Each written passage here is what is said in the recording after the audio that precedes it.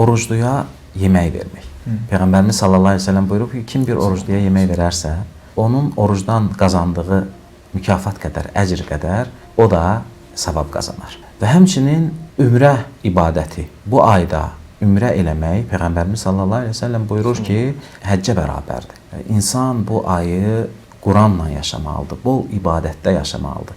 Yəni insan Ramazan ayına gərək əvvəlcədən hazırlıqlı olsun.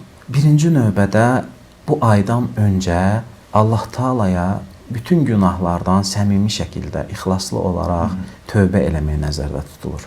Yəni insan birinci təmizlənsin ki, bu aya təmiz girsin ki, sonra bu ay daha da onun nurunun üzərinə nur gətirsin.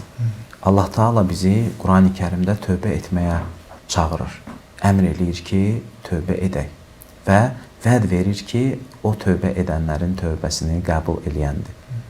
İnsan gərək dua eləsin ki, Allah Taala onu sağ-salamat Ramazan ayına çatdırsın və Ramazan ayında ona ibadət etməyə müvəffəq eləsin. Keçmiş salih insanlar da belə eləyərdilər.